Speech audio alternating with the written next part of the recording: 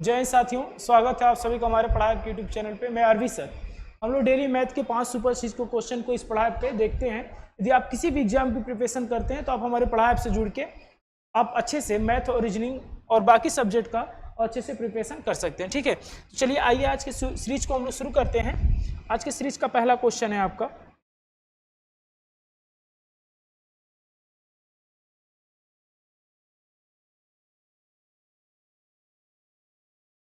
आज के सीरीज का पहला क्वेश्चन है, बोला है x की पावर 3 की पावर x 3 की पावर x माइनस के 3 की पावर x माइनस 1 मल्टी। देखिए जब माइनस है यानी कि गुणा केस में घात क्या होता है, जुड़ जाता है, तो 3 की पावर माइनस के 1 होगा बराबर 18 आपको दे रखा है। ठीक है, अब से यहाँ से देखिए, अब इसको सॉल्व करेंगे हम लोग। तो देखिए 3 की पावर माइनस के 1 है, 3 की पावर क्या है माइनस के 1, तो उसको जब हम लोग प्लस में बदलेंगे तो कितना हो जाएगा 3 की पावर x माइनस के 3 की पावर x बट्टा में हो जाएगा 3 बराबर 18 दे रखा है आपका। ठीक है, 3 के पावर x कॉमन कर लेंगे तो यहाँ पे बच जाएगा 1 माइनस के 1/3 बराबर के हो जाएगा 18। इसको सॉल्व करेंगे तो 2/3 हो जाएगा, ये होगा 2/3 यानी कि 2/3 इंटू 3 की पावर x बराबर के 18। यहाँ से 2 से काटेंगे 9 बार में कटेगा, 9 और 3 का मल्टीप्लाई करेंगे 27 होगा, 9 और 3 का मल्टीप्लाई कितना होगा 27, यानी कि 3 के पावर x बराबर हो जाएगा 27। अब हम लोग 27 को 3 के घात में क्या लिख सकते हैं, दोनों का घात हमको सॉरी आधार क्या करना होगा बराबर, तो बराबर करने के लिए क्या करेंगे 3 के पावर x, यहाँ पे 3 के पावर कितना हो जाएगा 3, यानी x की वैल्यू कितना होगी 3 होगी, x बराबर 3 होगा। आपसे पूछा क्या है x के पावर x यानी कि 3 के पावर 3 का मान आप करोगे तो आएगा कितना 27 आएगा, यानी ऑप्शन की अगर बात किया जाए तो ऑप्शन नंबर बी इस सवाल का आपका राइट आंसर हो जाएगा। ऑप्शन नंबर बी इस सवाल का राइट आंसर होगा। एक बार फिर समझ लीजिए। ठीक है, यहाँ मल्टीप्लाई, यहाँ पे पहले x माइनस 1 है तो इसको हम लोग लिखेंगे 3 की पावर x इंटू 3 की पावर माइनस 1। अब देखिए एक गुणा है तो गुणा है, और ये देखिए 3 की पावर माइनस 1 है तो बट्टा हम कर देंगे 3 की पावर प्लस 1 हो जाएगा। यहाँ से 3 की पावर x कॉमन करेंगे तो 1 माइनस के 1/3 बच जाएगा। सॉल्व करेंगे x की वैल्यू 3 आएगा और x पावर x यानी 3 की पावर 3 का मान पूछा है तो 27 इस सवाल का राइट आंसर होगा। ठीक है, चलिए बढ़ते हैं आगे, देखते हैं क्वेश्चन नंबर 2 क्या कह रहा है आपका। क्वेश्चन नंबर 2 बोल रहा है x की पावर 24 y के बराबर 36 और z बराबर 60, तो बोल रहा है x q plus y q plus z q का मान क्या होगा। बच्चे क्या करते हैं इस वाले सवाल में सभी के मान को पुट करने लगते हैं, जैसे कि 24 का क्यू प्लस 36 का क्यू प्लस 60 का क्यू। लेकिन देखिए हम लोग इसको आज डिजिटल सम के माध्यम से करेंगे, डिजिटल सम के माध्यम से करेंगे। ठीक है, डिजिटल सम क्या कहता है आपका, सभी नंबरों का योग, सभी नंबरों का जितने भी सारे बड़े से बड़े नंबर हो सभी का सम एक अंक में होना चाहिए, उसी को डिजिटल सम कहा जाता है। जैसे यहाँ पे देखिए 24 है तो 24 को हम लोग लिखेंगे 4 2 6, यानी x की वैल्यू 6 रखेंगे। यहाँ पे देखिए y की वैल्यू 6 3 9, और डिजिटल सम में 9 को 0 0 को 9 कह सकते हैं, यानी कि y की वैल्यू 0 डायरेक्ट रख लेंगे हम लोग। यहाँ पे देखिए z बराबर हो जाएगा 6। अब देखिए इसमें मान को पुट कर देंगे तो हो गया क्या 6 का क्यूब हो जाएगा आपका 216, 6 का क्यूब प्लस 0 का क्यूब प्लस 6 का क्यूब, ये आपको सॉल्व करेंगे 216 होगा प्लस 0 होगा प्लस 216 होगा। देखिए 216 को हम लोग लिखेंगे 6 2 8 1 9, ये हो जाएगा। यहाँ भी ये 0 है और ये 9 है, यानी 9 को 0 कह सकते हैं, यानी कि जिसका डिजिटल सम 0 आएगा या 9 आएगा, 0 या 9, जिसका डिजिटल सम 0 या 9 आएगा वही इस सवाल का राइट आंसर होगा। चलिए ऑप्शन में चलते हैं। देखिए इनको जोड़ेंगे, 7 2 9 खत्म, 6 3 9 खत्म, 8, यहां से कितना हो गया 8, 7 2 9, 6 4 10 8 18, 18 का मतलब हो जाएगा 8 1 9, 18 का मतलब कितना होगा 8 1 9।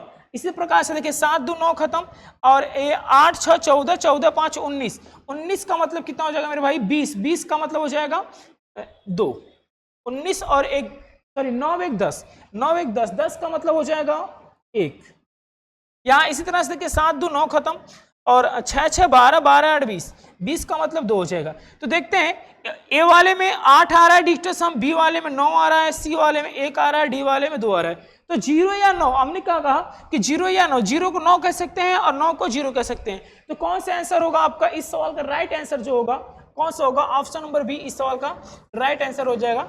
आप जब भी पेपर में आपके सवाल ऐसा आता है, बड़ा बड़ा नंबर आता है, आप तुरंत डिजिटल सम के माध्यम से जाइए ताकि आंसर क्या हो, आसानी से आप लगा पाए। ठीक है, तो इस सवाल का जो राइट आंसर होगा आपका ऑप्शन नंबर बी होगा, 27, 64, 80 इस सवाल का राइट आंसर हो जाएगा। ठीक है, चलिए बढ़ते हैं आगे, क्वेश्चन नंबर 3 की तरफ देखते हैं। क्वेश्चन नंबर 3 क्या है आपका? क्वेश्चन नंबर 3 है कि 6 सफेद गेंद, 5 काली गेंद, काला गेंद और 7 लाल गेंद किसी बॉक्स में रखे हुए हैं। यदि उनमें से 3 गेंद निकाले जाने, यदि वे गेंद कम से कम एक सफेद होने की कितने तरीकों हो सकते हैं, कितने तरीकों से निकाला जा सकता है कम से कम एक सफेद गेंद।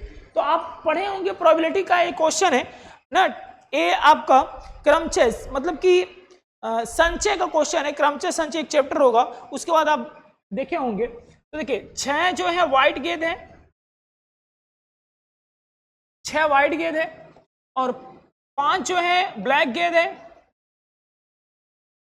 7 जो है रेड गेंद है। ठीक है, इसमें से कम 3 गेंद निकालने हैं, कम से कम 3 गेंद तो निकालना चाहता है, लेकिन उनकी संख्या सफेद होने की कम से कम एक होनी चाहिए, कम से कम एक सफेद हो। तो भाई हम कहेंगे 6 में से कम एक सफेद गेंद निकाल लिया, बचे कितने गेंद? 7 और 5 12 गेंद बचे। अब उनमें से कितने गेंद निकालेगा कि 3 गेंद हो जाए? बोलोगे सर 2 गेंद निकालेगा तो 3 गेंद हो जाएगा। देखिए 2 1 3 गेंद होना हमेशा जरूरी है। ठीक है, प्लस अब उसके बाद हम कहेंगे 6 में से कोई बंदा 2 निकाल ले, भाई कम से कम एक सफेद हो, ज्यादा 2 हो, उससे ज्यादा 3 हो, उससे अब 3 से ज्यादा गेंद निकालेगा नहीं, तो कम से कम 1 हो, ज्यादा 2 हो और उससे ज्यादा 3 हो सकता है। तो 6 में से कोई 2 सफेद गेंद निकाल लिया, बचे कितने? तो 12 में से अब कितने गेंद निकालेगा? 1 गेंद निकालेगा, यानी कि ब्लैक और रेड में से 12 में से सिर्फ और सिर्फ कितने गेंद निकालेगा? 1 निकालेगा। और अगले बार में 6 सफेद में से 3 के तीनों क्या करेगा? वो सफेद गेंद निकाल सकता है, तो फिर रेड और ब्लैक में से निकालने की कोई जरूरत नहीं होगी। इसको सॉल्व कर लेंगे, आपकी आंसर मिल जाएगा। तो देखिए आप इसको समझ लीजिए, एक बार यहां से लिख देता हूं, NC1 बराबर होता है n, इसी प्रकार से NC2 होता है n(n-1)/2 होता है। इसी प्रकार से आपका NCn-1 n होता है और NCn 1 होता है। इन 4 चीज को आप देखते रहिएगा, अभी पढ़ाएंगे आपको परम्यूटेशन और कम्युनिकेशन, तो उसमें पढ़ाएंगे, यानी क्रमचय संचय में ये आपको फॉर्मूला बताया जाता है। अभी के लिए 4 चीज याद रखिए आप, NCn बराबर n होता है, NC2 बराबर n(n-1)/2 होता है और NCn(n-1) बराबर n होता है, NCn बराबर 1 होता है। ठीक है, मतलब जितना, तो यहाँ देखिए 6C1 यानी NC1 यानी इसका मान 6 हो जाएगा, 12C2 यानी कि NC2 यानी 12 से 1 कम गुणा करा के 2 से भाग कर देंगे, तो 12 इंटू के 13/2, तो 13 छक कितना हो जाएगा? 12 इंटू 11, 12 इंटू 11/2 करेंगे तो 6 बार में 11 छक 66 हो जाएगा। कितना हो जाएगा? इसको सॉल्व करेंगे तो 11 छक 66 प्लस 6 2 2, तो 6C2 है। तो आपको बताया, देखिए आप देखिए NC2 आप देखेंगे तो 6 से 1 कम गुणा करेगा 2 से भाग, तो 6 5 30, 30 में 2 से भाग करोगे तो 15 हो जाएगा, मल्टीप्लाई है तो मल्टीप्लाई, 12C1 का मान 12 हो जाएगा, प्लस 6C3 को सॉल्व करेंगे 6C। अब आपको ये भी देख लीजिए, 2 फार्मूला और होता है, एक होता है NCR, एक होता है NPR। तो NCR होता है फैक्टोरियल n माइनस के r इंटू के फैक्टोरियल r, और NPR जो होता है फैक्टोरियल n माइनस के r फैक्टोरियल। ठीक है, तो ये फार्मूला होता है ये होता है क्रमचय का, ये होता है संचय का। तो NCR का जब फार्मूला लगाएंगे तो 6C3 को फैक्टोरियल 6 लिखेंगे, दोनों का गैप होता है, फिर एक बार नीचे वाला संख्या और होता है, तो यानी एक बार फैक्टोरियल 3 से और गुणा करा देंगे आप। ठीक है, इसको सॉल्व करेंगे तो आप हो जाएगा 6 इंटू के 5 इंटू के 4 इंटू फैक्टोरियल 3 बट्टा में फैक्टोरियल 3, और 3 को खोलेंगे 3 दूना के 6, फैक्टोरियल 3 से 3 खत्म हो जाएगा, और 3 दूना के 6 से 6, 5 चौक के 20, यानी कि 6C3 का मान आ जाएगा कितना? 20। जब इसको सॉल्व करेंगे तो 6 के 36, 6 के 36, 36 3 39, यानी कि 396 ये हो जाएगा, और 12 15 180 हो जाएगा ये, और प्लस के 20, सबको जब काउंट करेंगे तो 596 इस सवाल का राइट आंसर हो जाएगा, 596। तो ऑप्शन की बात करें तो ऑप्शन नंबर सी इस सवाल का क्या होगा? राइट आंसर होगा। तो देखिए आप जब रेलवे के पेपर देने जाते हैं या SSC CGL, तो आप वहां पे देखते हैं ऐसे क्वेश्चन बहुत सारे भर भर के पूछा जाता है, या यूपीएसआई का आप दरोगा की तैयारी कर रहे हैं तो किसी भी एग्जाम मतलब दरोगा में ये सब क्वेश्चन आने की संभावना पूरा 100% है। एक क्वेश्चन फिक्स होता है कि ऐसे सवाल बनते हैं। ठीक है, तो अच्छे से देख लीजिएगा एक बार। ठीक है, एक बार इसको और समझा दे रहा हूं मैं। 6 सफेद है, 5 ब्लैक है और 7 क्या है, रेड है। तो 6 में से एक अगर सफेद लेता है तो बचे हुए 7 5 12 में से क्या लेगा, 2 गेंद लेगा, क्योंकि टोटल 3 गेंद लेना है, क्योंकि 3 गेंद के लिए बोला है वो। ठीक है, अगले बार में अगर 6 में से 2 सफेद लेंगे तो टोटल 12 में से कितने लेंगे गेंद, 1 गेंद लेंगे। और अगले बार में 6 सफेद में से 3 के तीनों सफेद लेंगे, क्योंकि बोला है कम से कम 1 सफेद लेना चाहिए। कम से कम 1 सफेद तो लेगा ही लेगा, अधिक से अधिक 3 सफेद ले सकता है। इनको सॉल्व करेंगे। ये एक फॉर्मूला होता है NCN बराबर n, NC2 बराबर nn-1/2, NCn-1 बराबर n, NCn बराबर 1। इनको सॉल्व कर लेंगे, आंसर आपका 596 आ जाएगा। इस सवाल का राइट आंसर होगा ऑप्शन नंबर सी। ठीक है, चलिए बढ़ते हैं आगे। क्वेश्चन नंबर देखते हैं 4। क्वेश्चन नंबर 4 क्या कह रहा है आपको, बोला 4 सिक्कों, ये भी देखिए प्रोबेबिलिटी से क्वेश्चन है, प्रोबेबिलिटी से क्वेश्चन है, यानी कि प्रायिकता से क्वेश्चन है। 4 संख्याओं को बिना देखे उछाला, 4 सिक्कों को बिना देखे उछाला जाता है तो कम से कम 3 सिक्कों पर सिर मतलब हेड, सिर मतलब हेड आने की संभावना कितनी होगी। देखिए टोटल पहले निकालेंगे, टोटल पॉसिबिलिटी कितनी होगी। 4 सिक्कों को उछाल रहा है तो 2 की पावर 4, यानी टोटल पॉसिबिलिटी कितनी होगी, 16। टोटल पॉसिबिलिटी कितनी होगी, 16। तो प्रायिकता बराबर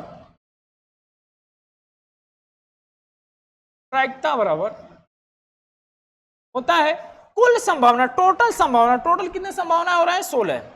कुल संभावना टोटल 16 हो रहे हैं। अब देखेंगे उसमें से कितने घटित होने वाले, घटना घटित होने की संभावना बटे कुल संभावना, यही होता है प्रायिकता बराबर। तो घटना घटित कितने होंगे, बोलना है कम से कम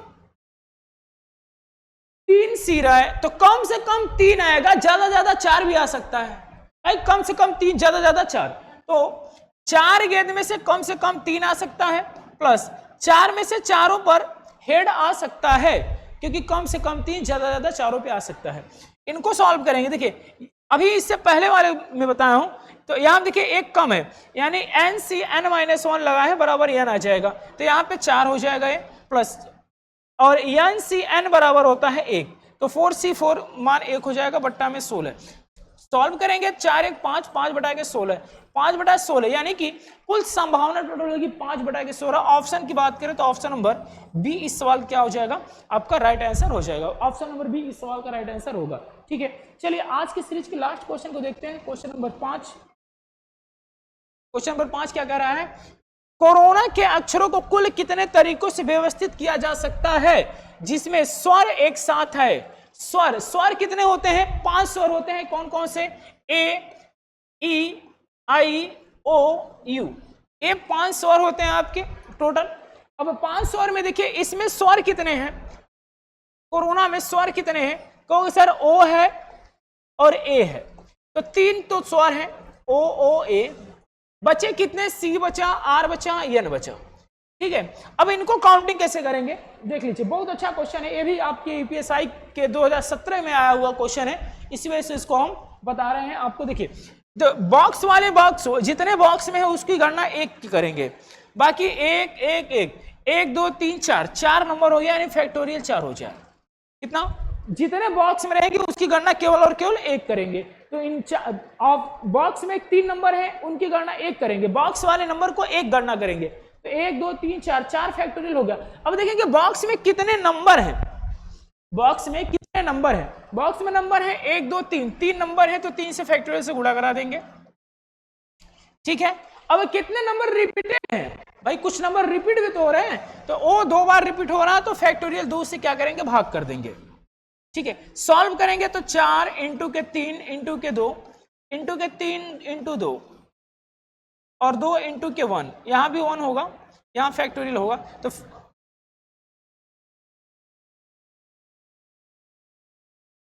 फैक्टोरियल 2 से फैक्टोरियल 2 खत्म हो जाएगा। यहां पे देखिए 4 तिहाई के 12 हो जाएगा, और 3 दूना के 6, 12 6 का कितना हो जाएगा, 72। यानी इस सवाल का जो ऑप्शन होगा, ऑप्शन नंबर डी, इस सवाल क्या हो जाएगा, राइट आंसर हो जाएगा। तो उम्मीद है आज के सेशन आपको अच्छे से समझ में आया होगा। इसी तरह से आप वीडियो और देखने के लिए आप वीडियो को लाइक करिए, सब्सक्राइब करिए और चैनल को ज्वाइन करिए। ठीक है, मिलते हैं अगली वीडियो में, तब तक के लिए धन्यवाद।